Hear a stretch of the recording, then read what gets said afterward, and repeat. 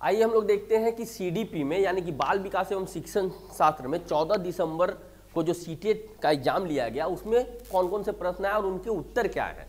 तो पहला प्रश्न आपके सामने है, असर्शन और रीजन से रिलेटेड है। तो इस प्रश्न का जो सही आंसर होगा वो होगा ऑप्शन नंबर 1।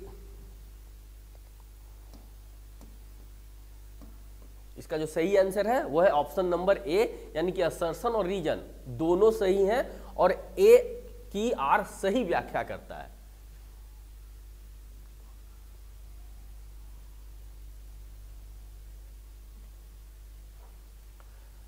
नेक्स्ट क्वेश्चन है क्वेश्चन नंबर 2, एक समावेशी कक्षा में शिक्षक किस पर ध्यान देते हैं। तो इसका जो सही आंसर है वो है ऑप्शन नंबर 3 कि बच्चों की विभिन्न आवश्यकताओं के अनुरूप पाठ्यचर्चा और शैक्षणिक रणनीतियों को संशोधित करता है।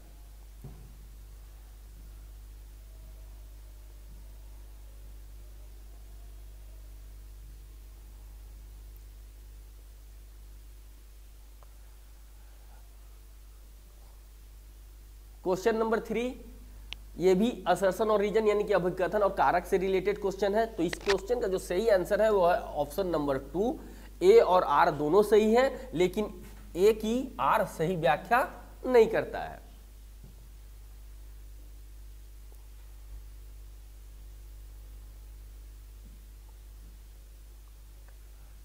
नेक्स्ट क्वेश्चन जीन पियाजे से संबंधित है कि जीन पियाजे के संज्ञानात्मक विकास के सिद्धांत के अनुसार 4 ऑप्शन आपको दिए गए हैं। तो इस क्वेश्चन का जो सही आंसर है वो है ऑप्शन नंबर 2 कि सीखने के अनुभव बच्चों के संज्ञानात्मक क्रियाओं के वर्तमान स्तर पर निर्भर करते हैं।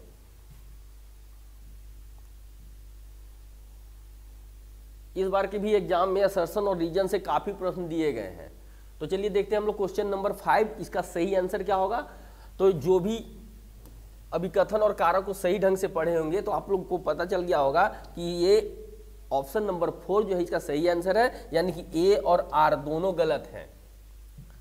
बढ़ते हैं हम लोग अपने अगले प्रश्न की तरफ।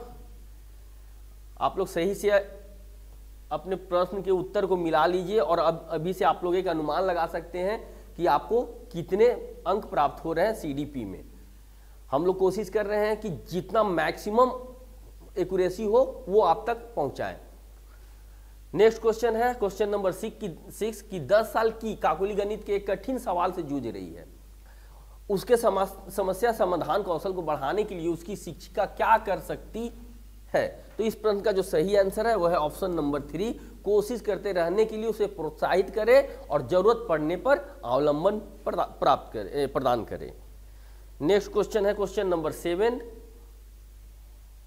लेवाइगोत्स्की के सिद्धांत का पालन करते हुए शिक्षक को क्या करना चाहिए। तो अपने विद्यार्थियों के साथ पारस्परिक अध्यापन का पालन करना चाहिए।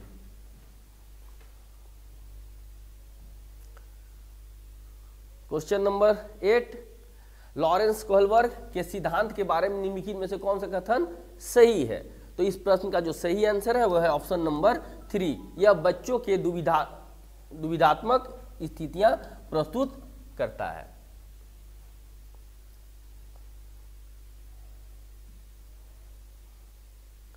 नेक्स्ट क्वेश्चन है क्वेश्चन नंबर 9, हार्वर्ड गार्डनर के बहुबुद्धि सिद्धांत का प्रस्ताव है कि। तो इस प्रश्न का जो सही आंसर है वो ऑप्शन नंबर 4, बुद्धिमत्ता अकादमिक सफलता का सफलतापूर्वक अनुमान लगा सकती है। नेक्स्ट क्वेश्चन नंबर 10, निम्न में से कौन सा प्रदर्शन लक्ष्य अभिविन्यास का एक उदाहरण है। तो इस प्रश्न का जो सही आंसर है वह है ऑप्शन नंबर 2, एक छात्र अच्छा ग्रेड पाने और दूसरों से बेहतर होने के लिए कड़ी मेहनत करता है। क्वेश्चन नंबर 11 की तरफ बढ़ते हैं हम लोग। अधिगम के सार्वभौमिक अभिकल्प में क्या शामिल नहीं है, यहां पूछा गया क्या शामिल नहीं है। तो इस प्रश्न का जो सही आंसर है वह है ऑप्शन नंबर 4, शिक्षार्थियों के नामीकरण और वर्गीकरण के विभिन्न रूपों को लागू करना। क्वेश्चन नंबर 12,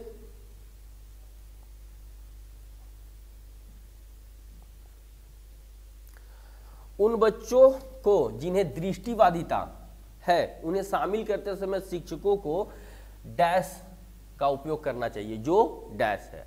तो इस प्रश्न का जो सही आंसर है वह है ब्रेल और 1 परस्पर प्रणाली है जो। नेक्स्ट क्वेश्चन है क्वेश्चन नंबर 13।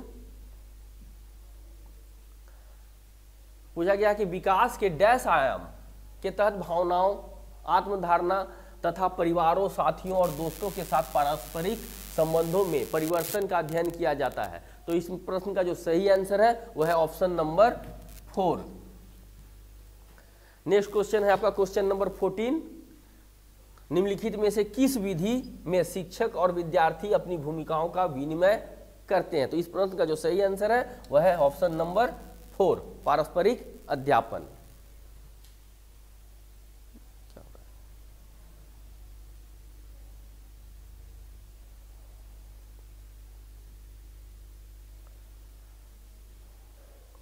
Question number 15। व्यवहार, रुचि, दृष्टिकोण, कौशल और व्यक्तित्व लक्षण जिन्हें एक संस्कृति विशिष्ट जेंडर के लिए उपयुक्त मानती है उन्हें डैश के रूप में संदर्भित किया जाता है और यह डैश होते हैं। तो इस प्रश्न का जो सही आंसर है वह है ऑप्शन नंबर 1।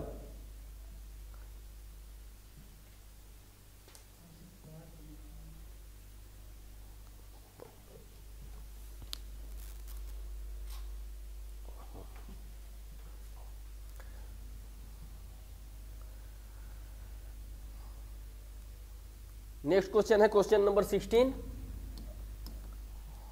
भाषा और सोच प्रक्रिया के बीच संबंध का प्रस्ताव रखते हुए लेव वाइगोत्स्की ने निम्नलिखित में से किस रूप में भाषा को अवधारणाबद्ध किया? तो इस प्रश्न का जो सही आंसर है वह है ऑप्शन नंबर 1। Question number 17। निम्नलिखित में से कौन सा एक ऐसे प्रश्न का उदाहरण है जो विवेचनात्मक सोच को बढ़ावा देता है? तो इस प्रश्न का जो सही उत्तर है वो है ऑप्शन नंबर 3।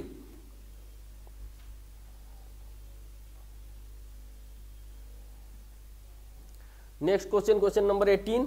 यहां भी आपको अभिकथन और कारण से प्रश्न पूछा गया है। तो इस प्रश्न का जो सही उत्तर होगा वो होगा ऑप्शन नंबर 4। ए और आर दोनों गलत हैं। नेक्स्ट क्वेश्चन है क्वेश्चन नंबर 19 कि एक शिक्षिका छात्रों को उसके पूर्व ज्ञान को नई संकल्पनाओं से जोड़ने के अवसर प्रदान करके अपनी कक्षा में सार्थक सीखने व विवेचनात्मक सोच को सक्षम बनाना चाहती है। निम्नलिखित में से कौन सी शिक्षण रणनीति सबसे प्रभावी होगी? तो इस प्रश्न का जो सही आंसर है वह है ऑप्शन नंबर 3।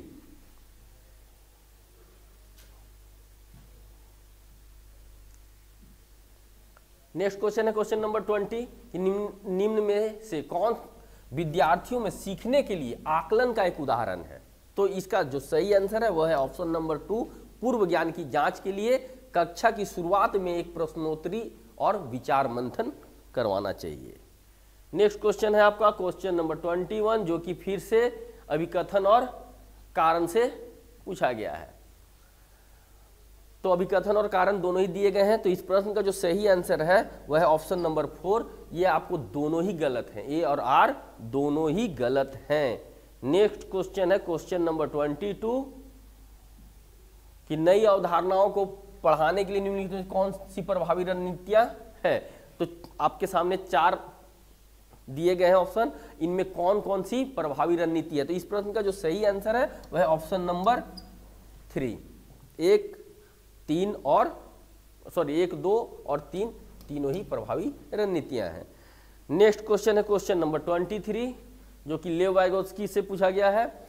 उनके थ्योरी को आप लोगों ने पढ़ा होगा। तो अभी हमने देखा कि 2 या 3 क्वेश्चन आपको लेव वाइगोत्स्की के पूछा गया है। तो इसका जो सही आंसर है वह है ऑप्शन नंबर 1 कि एक सहयोगात्मक प्रक्रिया। नेक्स्ट क्वेश्चन है क्वेश्चन नंबर 24। आप एक शिक्षक हैं जो अपने छात्रों को आलोचनात्मक और रचनात्मक रूप में सोचने के लिए प्रोत्साहित करना चाहते हैं। निम्न में से कौन सी रणनीति इस प्रकार की चिंतन को बढ़ावा देने की सबसे अधिक संभावना है? तो इस प्रश्न का जो सही आंसर है वह है ऑप्शन नंबर 2। नेक्स्ट क्वेश्चन है आपका क्वेश्चन नंबर 25 कि फीजा ने विश्लेषण किया कि उससे विषय Z सीखने की तुलना में विषय X सीखने में अधिक समस्याएं हैं क्योंकि वह विषय जेड में रुचि रखती है और उस पर ध्यान केंद्रित कर रही है। निम्नलिखित में से कौन सी संरचना फिजा की सोच का विश्लेषण करने की क्षमता का वर्णन करता है? तो इस प्रश्न का जो सही आंसर है वह है ऑप्शन नंबर 1, अधिसंज्ञान। Next question, question number 26।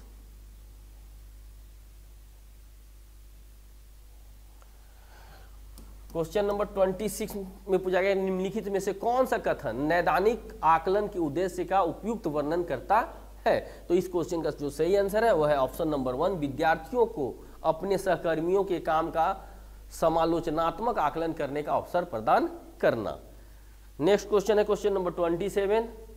हालांकि अंतर समूह व्यक्तित्व भिन्नताओं की संभावना मौजूद है, फिर भी स्वलीनता वाले अधिकांश विद्यार्थी।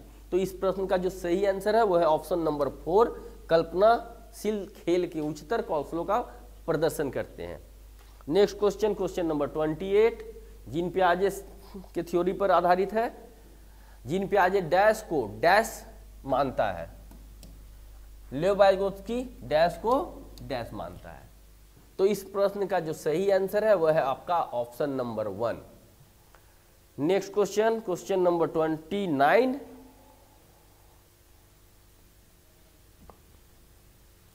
प्रगतिशील शिक्षा के हिमायती इनमें से किस कथन से सहमत होंगे? तो इस प्रश्न का जो सही उत्तर है वह है ऑप्शन नंबर 3 कि बच्चे एक सामाजिक, सांस्कृतिक, आर्थिक संदर्भ में पैदा होते हैं और यह पृष्ठभूमि उनके विकास को प्रभावित करती है।